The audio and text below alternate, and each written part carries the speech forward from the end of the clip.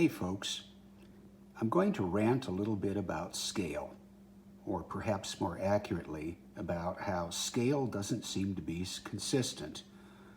What's stated on a package or a box purporting to say that this figure or this airplane or this car is 1/24th scale or 1/25th scale or 1/32nd scale or 1/35th scale or whatever. Well, that's sort of in the, I don't want to say the eye of the beholder, it's sort of in the mindset of the producer. Now, I am not shocked by this. I've been building models a long time. When I was a kid, I didn't really care that much about scale. I cared more about availability and price. But somewhere along the line, probably during my slot car scratch building days, I became a real rivet counter, and it really hasn't left me.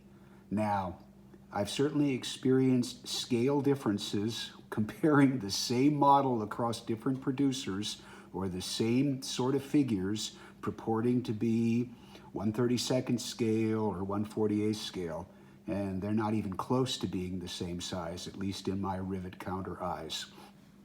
But I hadn't had a lot of experience with 1/35th scale, mainly because I'd been focusing on aircraft, and the larger aircraft are in 1/32nd, so I try to find figures that are in the same purported scale.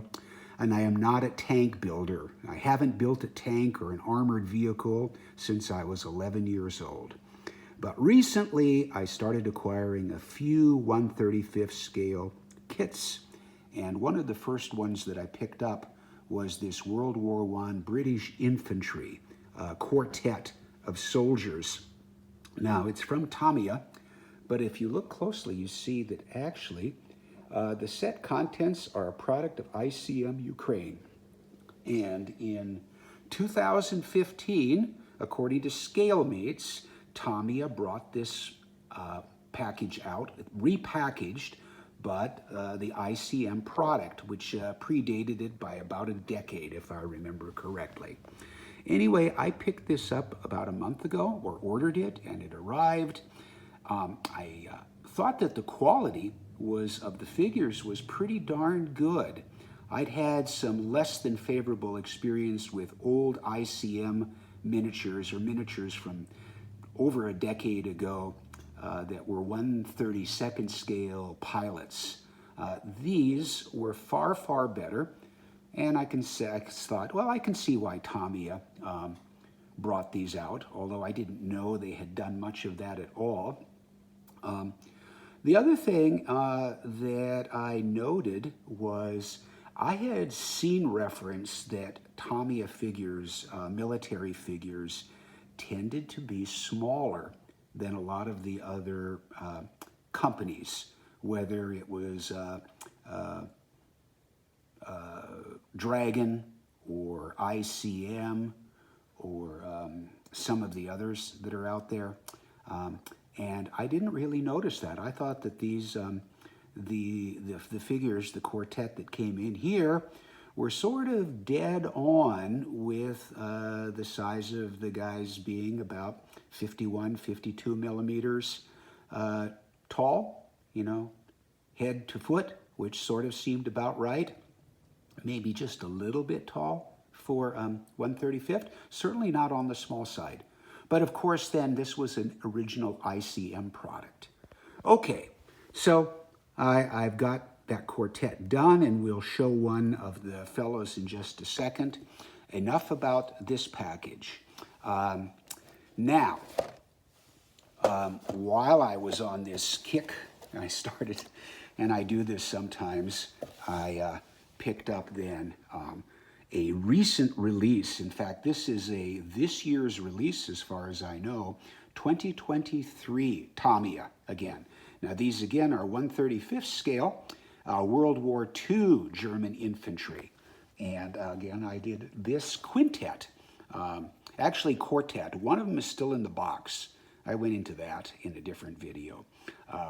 But anyway, these were very similar in size now, 8 years later, but under the Tamiya production, direct production and design as far as I could tell.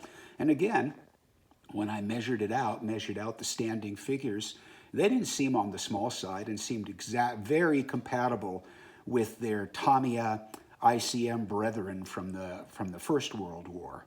So again, more about one of those figures as we do a comparison.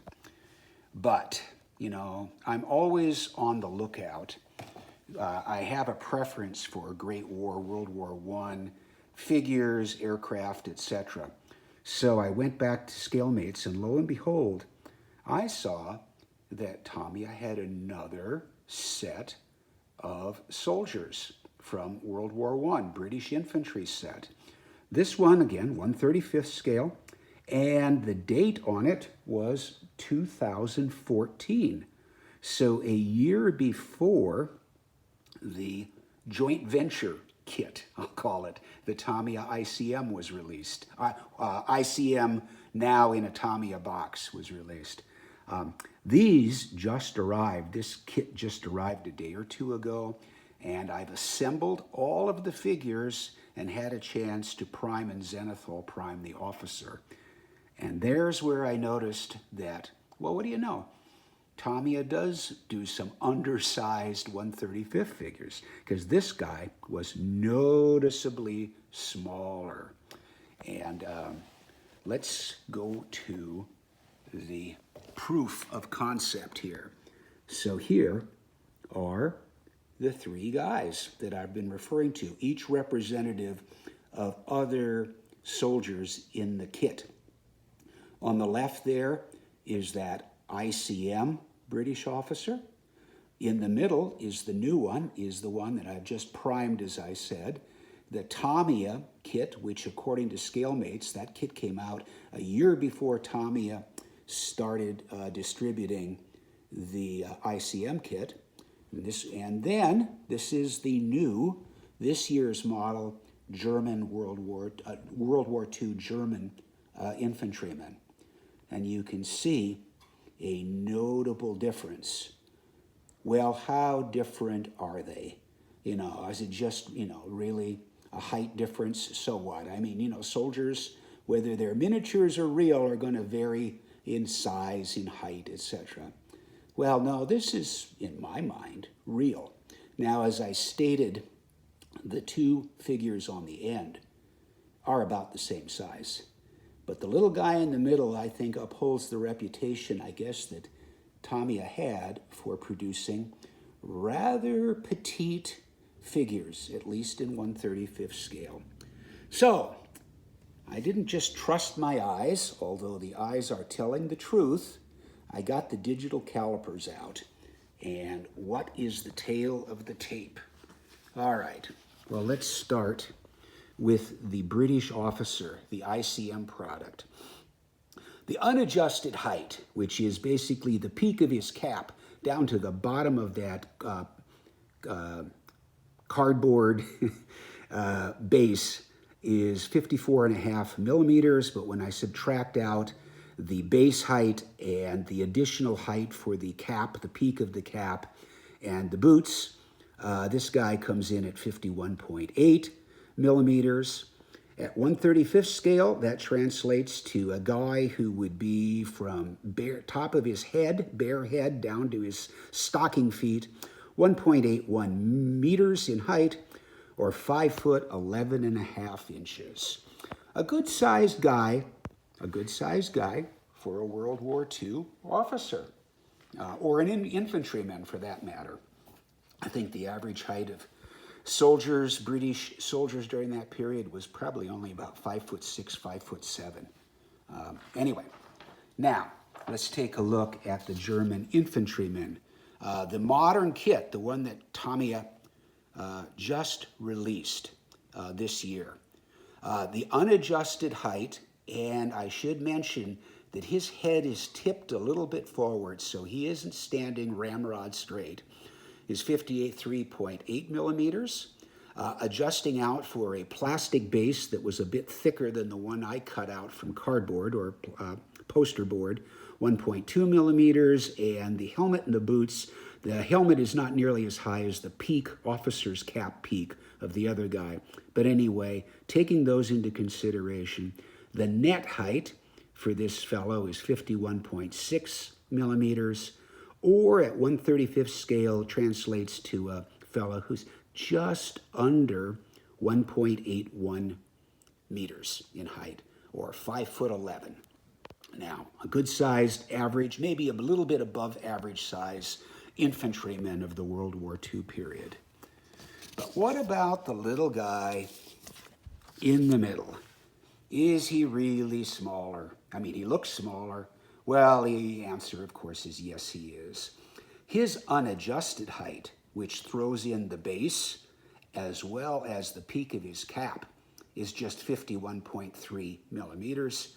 You subtract out those numbers, he's a little bit under 47 millimeters tall, just a little smidgen below.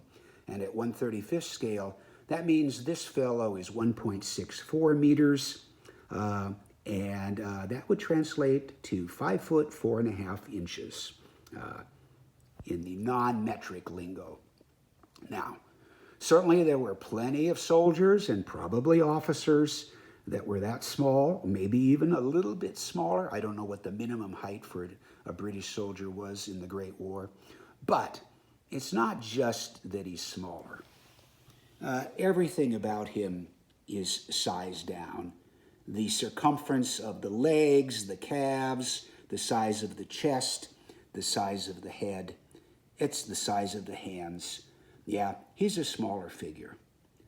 So, Tamiya, why did you do this? Well, maybe you're not doing it anymore. Maybe this fellow, because he comes from this year's release of products, is representative of how you're going to scale your 1/35th figures. Frankly, I'm not going to worry about it too much. You know, I've gotten used to the idea and accepted the fact that scale figures is a little bit of an oxymoron. It depends on whose scale we're talking about. It certainly doesn't carry across from manufacturers, and it doesn't necessarily carry across from manufacturers within their own line, over time. Things may come out different sizes. I've got it. I've experienced it in other scales. I know I'll continue to see it. I don't know how many more 1/35th scale figures I'm going to acquire. I have a feeling more, even though it's not my favorite scale, because I've pretty much depleted the availability or what I'm interested in at the 1/32nd level. If there's a high quality resin or plastic figure out there, a pilot, airman from World War I or World War II, I kind of think I've seen it. And I kind of think most of them I've purchased.